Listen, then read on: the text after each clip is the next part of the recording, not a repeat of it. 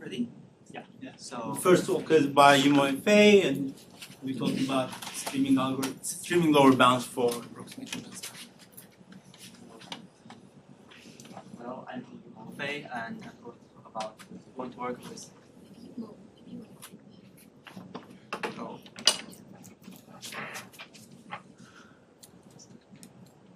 All right.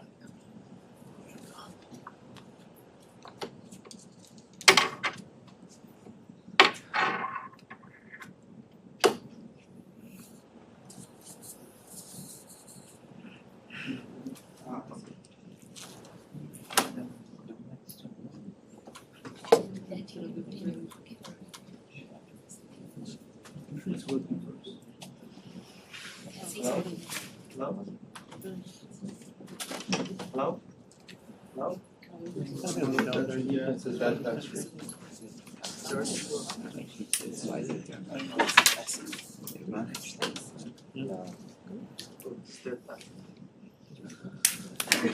Yes, you have two. Both are good. Speak a bit louder. Okay, so I'll just try to speak a bit louder. So I'm going to talk about this joint work with Duo Minzer and Shuo Wang. We're all at MIT. And we're going to talk about multi-path streaming lower bounds for approximating max cut.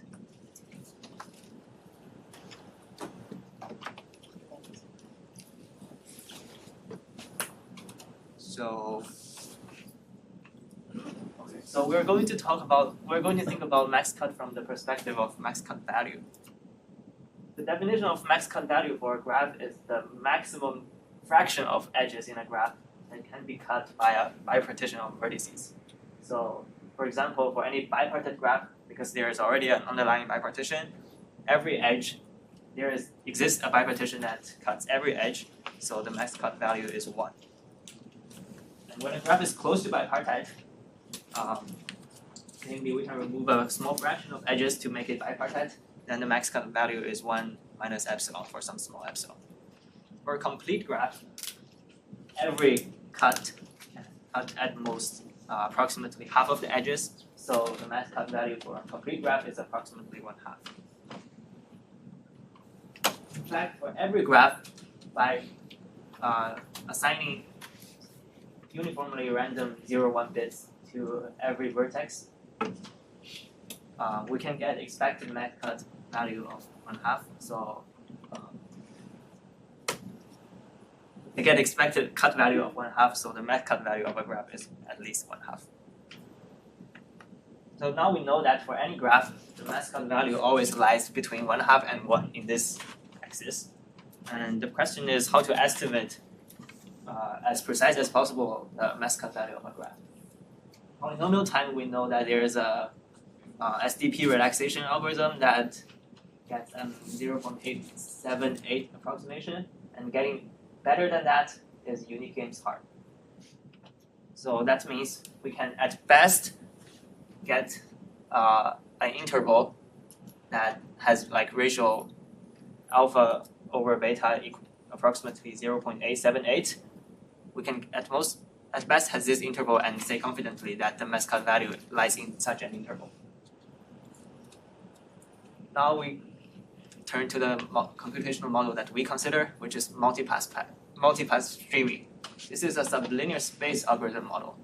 It always assumes, if not mentioned otherwise, polylog and memory. In this model, there is a tape of input. The input is arranged on a tape, and there is a tape head. And you can basically think of this as a Turing machine, but the Turing machine cannot go like left and right as it wants. It can only go in this direction and for multiple passes. This is showing 3 paths. And every slot in this tape is an edge. So in streaming algorithm, people usually think about space lower bound, and the first result in this direction is that single pass streaming for max cut value, it can't basically do anything. Like, you cannot distinguish a graph, a fully bipartite graph, with a graph whose max cut value is only 1/2 plus epsilon for any constant epsilon. Distinguishing this requires omega root n space, so this is much larger than the polylog space that we usually want. And later, this was improved to omega of n's memory lower bound. So basically, the takeaway is that for single pass streaming, they cannot do anything about approximating max cut value as opposed to the polynomial time setting. Now for multipass streaming, the previous best bound was provided by Asadi and N. It shows that a p-pass streaming algorithm can not approximate max cut very well. It cannot distinguish a bipartite graph from a graph that is epsilon over p far from bipartite. So this leaves a question of whether there can be non-trivial mass cut approximation algorithms using multipass streaming. And our work improves on that frontier and shows that basically it cannot distinguish between fully bipartite graph and any graph and a graph of mass cut value only epsilon more than 1/2. So again, we cannot do anything in multipass streaming. To start giving a sense of the proof, we're going to change the viewpoint from multipass streaming to the new viewpoint of communication gain. We're going to divide the tape into several sections, into several segments, and we're going to have several players taking charge of each segment. So each player can view their respective segment of the tape. And now let's think of the underlying streaming algorithm. Originally, there is a Turing machine that read from the first bit to the last bit. Now we are going to change viewpoint. And we'll give the Turing machine to the first player at the start. After the tape had original formulation, goes to the second segment of the tape.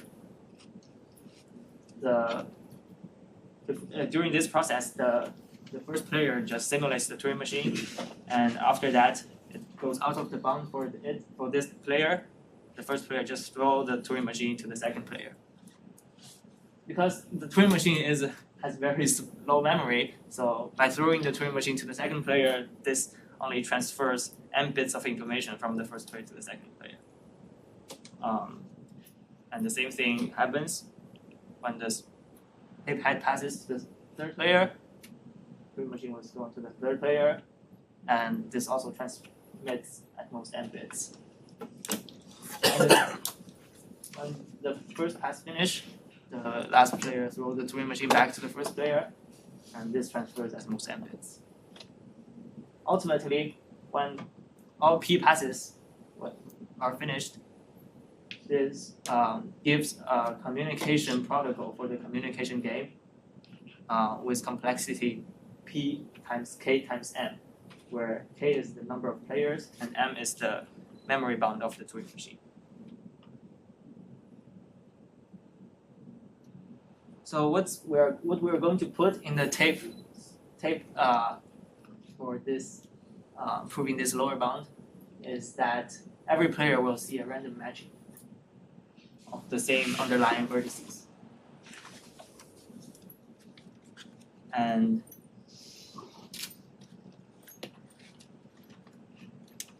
it's convenient to change to another viewpoint of thinking about random two XOR instances. I think this was already mentioned in Noah's talk in maybe several days ago.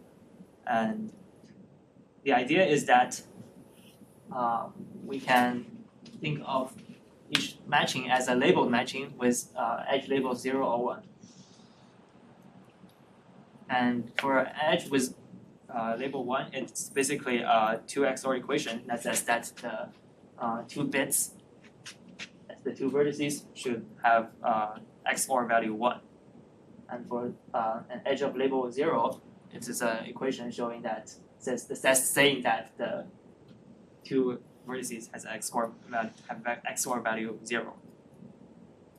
And how this corresponds with the original mascot question is that we are going to transfer a 2 XOR instance back to a graph by only keeping the edges of label 1. So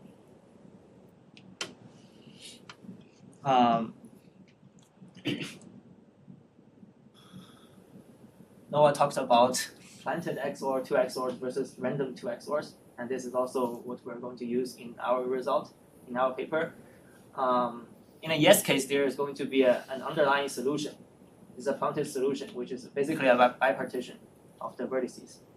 And because we only keep the edges with label 1, all those edges are going to be cut by this bipartition. So in a yes case, this will correspond to a graph that is completely bipartite, which means it has max cut value 1. And in a no case, there isn't any underlying solution, and all the players just see completely random 2 XOR instances. And this will combine to a graph that is far from bipartite. It's maximally far from bipartite in that the max cut value is only 1/2 plus a small margin. And so our technical result is showing that in this communication game, when every player gets a random 2 XOR instances, either planted or unplanted, it takes at least n to the 1/3 total communication cost to distinguish between the yes case and the no case. Okay, so that is that's basically what I have to talk. And are there any questions? If there are no any questions, I can.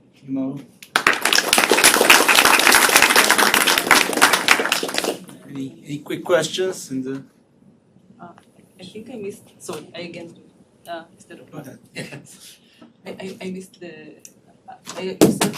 The 2 slides back.